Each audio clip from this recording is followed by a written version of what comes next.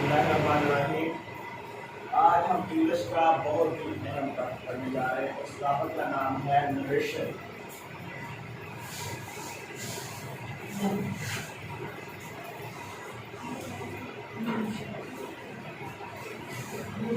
Narration का बेटे उर्दू मतलब होता है गुफ्तगू। ठीक है, तो नरेशन को हम स्पीच भी कह सकते हैं। गुफ्तगू कलाम, हम जब किसी से बात करते हैं ना तो उसको इंग्लिश में नरेशन कहते हैं। और ये नरेशन दो किस्म की होती है। यानी जो हम नरेशन करते हैं या जो हमारी हम किसी भी गुफ्तगू करते हैं वो दो तरह से हो सकती है। एक होती है डायरेक्ट नरेशन, दूसरी होती है इनडायरेक्ट नरेशन।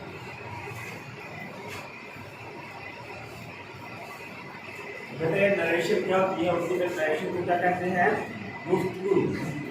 और नरेशन की किस्म होती है दो किस्म। एक होती है डायरेक्ट, एक होती है इनडायरेक्ट। इसको डायरेक्ट स्पीच और इनडायरेक्ट स्पीच भी कहते हैं, और इनको डायरेक्ट इंडायरेक्ट भी बोलते हैं। ठीक है ना, नरेशन को असल में ये है नरेशन ही। ठीक है, तो नरेशन दो तरह से डायरेक्ट का मतलब अगर किसी के कहे गए अल्फाज, अगर किसी ने कोई बात बोली है, जो सेंटेंस बोला है या जो कुछ भी बोला है, किसी के कहे गए अल्फाज हमने सुने, हमने दूसरे बंदे को बता दिए, वो वैसे ही बता दिए जैसे उसने कहे हैं, तो वो डायरेक्ट नरेशन। अगर किसी के कहे गए अल्फाज को अपने अल्फाज में बयान कर दें तो वो क्या है बेटे? Indirect narration. क्या है? Indirect narration. अब मैं आपको डायरेक्ट, हमने जो सेंटेंसेस करने हैं नरेशन हम पढ़ रहे हैं टॉपिक, तो इसमें हमने वो सेंटेंसेस ये सीखना है कि डायरेक्ट को इनडायरेक्ट में कैसे कन्वर्ट करते हैं। तो मैं यहाँ डायरेक्ट नरेशन का एक फिक्रा लिखूंगा, एक सेंटेंस लिखूंगा। ठीक है, I shall write a sentence that is in direct narration. ठीक है, तो पहला फिक्रा ये है, ये सेंटेंस है insert comma inverted comma I am in today, I am in today. अब ये जो सेंटेंस है ये बेटे डायरेक्ट नरेशन का है। डायरेक्ट नरेशन हमेशा कॉमा और इन्वर्टेड कॉमा में होती है।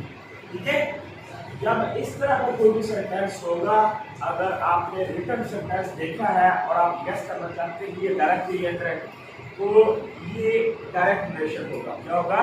क्योंकि ये इसमें ना तो कॉमा बताया गया है ना इन्वर्टेड कॉमा बताए गए हैं, कोई चेंज नहीं। ये हूबहू वैसे ही बयान कर दिया गया जैसे किसी ने बोला है कि इस साइड उसने कहा ये मेरे को मैं आज बीमार हूँ, तो उसी के बाद आपने वैसे बयान कर दिए, तो ये डायरेक्ट नरेशन है। बेटे ये याद रखना, आपने डायरेक्ट नरेशन के दो हिस्से होते हैं। एक है इन्वर्टेड कॉमा से बाहर वाला हिस्सा, एक है इन्वर्टेड कॉमा के अंदर वाला हिस्सा। जो इन्वर्टेड कॉमा के अंदर वाला हिस्सा है इसको कहते हैं रिपोर्टेड स्पीच।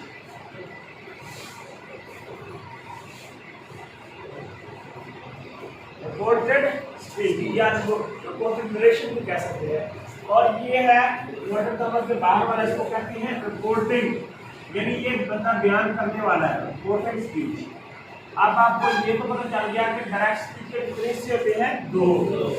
जिस तरह नरेशन दो तरह की होती है, डायरेक्ट नरेशन और बेटे इनडायरेक्ट नरेशन, इसी तरह डायरेक्ट स्पीच के कितने हिस्से हैं? दो। एक है इन्वर्टेड कॉमास के बाहर वाला हिस्सा और है इन्वर्टेड कॉमास के अंदर वाला। जो चीज बयान कर दी गई है, बता दी गई है कि ये उसने कहा है, वो है रिपोर्टेड स्पीच। ठीक है, जो बयान करने वाला आदमी है वो कौन है? Reported speech.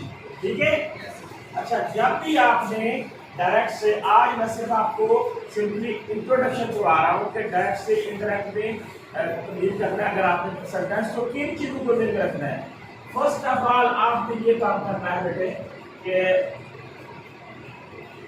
आइडेंटिफाई करना है सेंटेंस को। आपने सबसे पहले आइडेंटिफाई क्या करना है? किसको आइडेंटिफाई करना है? सेंटेंस को। तो ये सेंटेंस की टाइप कौन सी है? आइडेंटिफाई सेंटेंस से बात ये है कि इसकी टाइप को आइडेंटिफाई करना है। क्या डिक्लेरेटिव सेंटेंस है, सर्टेन या डिक्लेरेटिव सेंटेंस है, ठीक है, जो स्टेटमेंट वाले थे।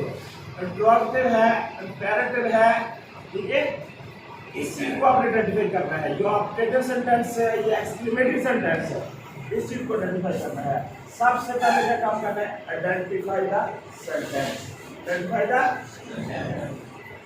फिर आपने दूसरा काम क्या करना है, आपने सेंटेंस आइडेंटिफाई कर लिया, उसके बाद आपने देखना है सेट या सेट टू लिखा हुआ है या से टू लिखा हुआ है, इसको किस वर्ड में रिमूव करना है, इसको ये देखिए जो चेंज करना है, रिप्लेस करना है, वो किस वर्ड से रिप्लेस करना है, ठीक है ना, कौन सा वर्ड रिप्लेस करेंगे।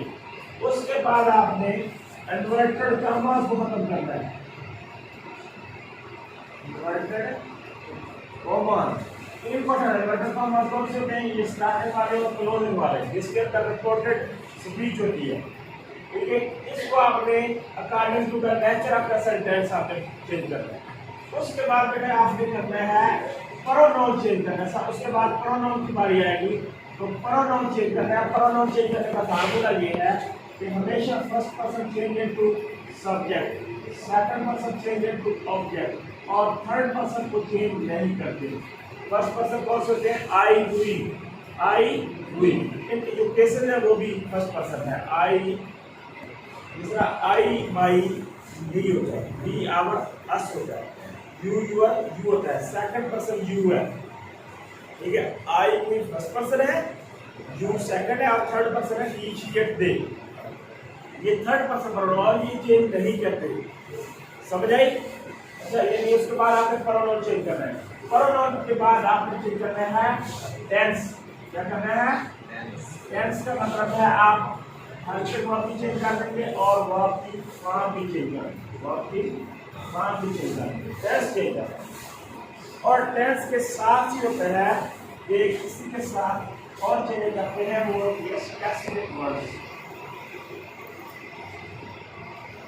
और से स्पेसिफिक वर्ड्स जो होते हैं कि अगर कोई नौ का वर्ड आ गया है तो वो देन में चेंज करना है। दूसरा कौन सा वर्ड आ गया है, नो, तो किसमें चेंज करेंगे, देन में। यस्टरडे है द प्रीवियस डे में चेंज करेंगे, टुमारो द नेक्स्ट डे। ये स्पेसिफिक वर्ड है, ये टेंस से रिलेटेड होते हैं, वैसे तो ये टेंस से रिलेटेड होते हैं।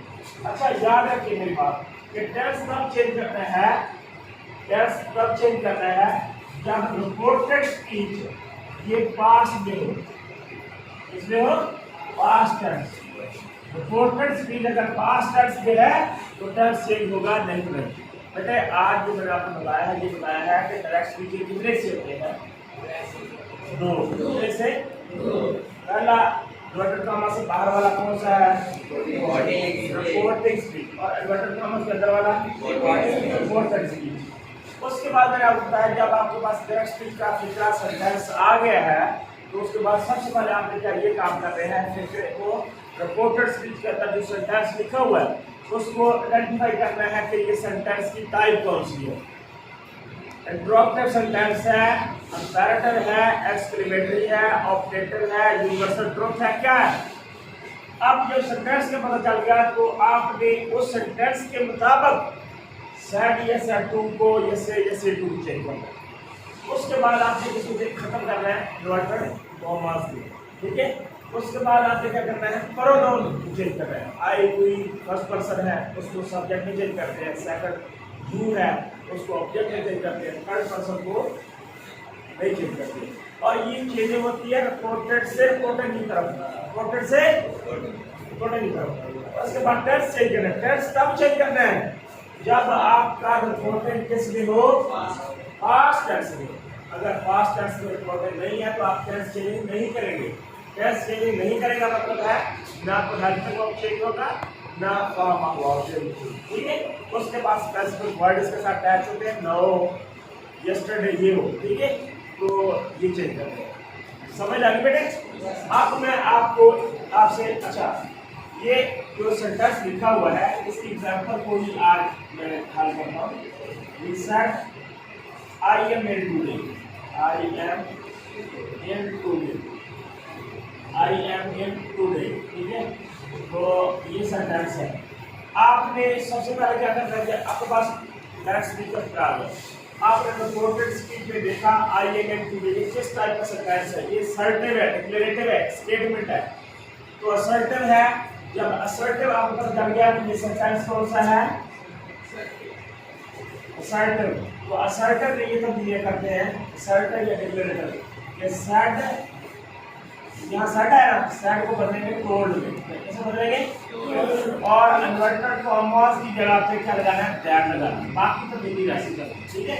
अब हमने सेड, सेड को सेड रहने दें या टोल्ड में बदल दें, वो एक बार सेड को टोल्ड में मस्त है, सेड को सेड रहने दें, लेकिन सेड को हम बदल देते हैं कि ये क्या है, टोल्ड। इन्वर्टेड, ये सर्टेन का तो इन्वर्टेड कॉमास क्या क्या लगा है, दैट। उसके बाद प्रोनाउन चेंज करना है, उसके बाद क्या चेंज करना है, प्रोनाउन। ये फर्स्ट पर्सन है आई, फर्स्ट पर्सन है टू सब्जेक्ट, तो ये इसमें चेंज हो गया ही में, इसमें ठीक है। अब टेंस चेंज करने हैं क्योंकि पीछे फोकस दे दिया, तो हर पे वो इज है आप जो है बाद में बदल जाते हैं, तो बी में बदल एम बदल गया बाद में। उसके बाद एल और मैंने कहा स्पेसिफिक वर्ड भी चेंज करना है, टुडे को दैट डे, टुडे को दैट डे। बेटे ये हमने चेंज कर दिया डायरेक्ट को किसमें, इनडायरेक्ट में, डायरेक्ट को इनडायरेक्ट। सबसे पहले ये दिन करना है आपने डायरेक्ट को इनडायरेक्ट बदल दिया, तो दूसरे की पहचान करनी है सेंटेंस की। ये सर्टेन था, वो सर्टेन में ये चेंज करते हैं, याद रखो। सेट डी या सेट को किसे बदलते हैं, टोल्ड, और इन्वर्टेड कॉमा क्या करते हैं, दैट। बाकी पर्सन फर्स्ट आया था तो सब्जेक्ट भी चेंज हो गया, इस बार हो तो बार में चेंज करने हैं। जब सेट जो है यहाँ पास्ट टेंस है, ये पास्ट टेंस है, तो आप चेंज कर दिए, उसके बाद टुडे को दैट है, तो ये सेंटेंस डायरेक्ट से इनडायरेक्ट चेंज कर दिए। अब बाकी का डिटेल जो है सेंटेंस वाइज इंशाल्लाह होगा। थैंक्स।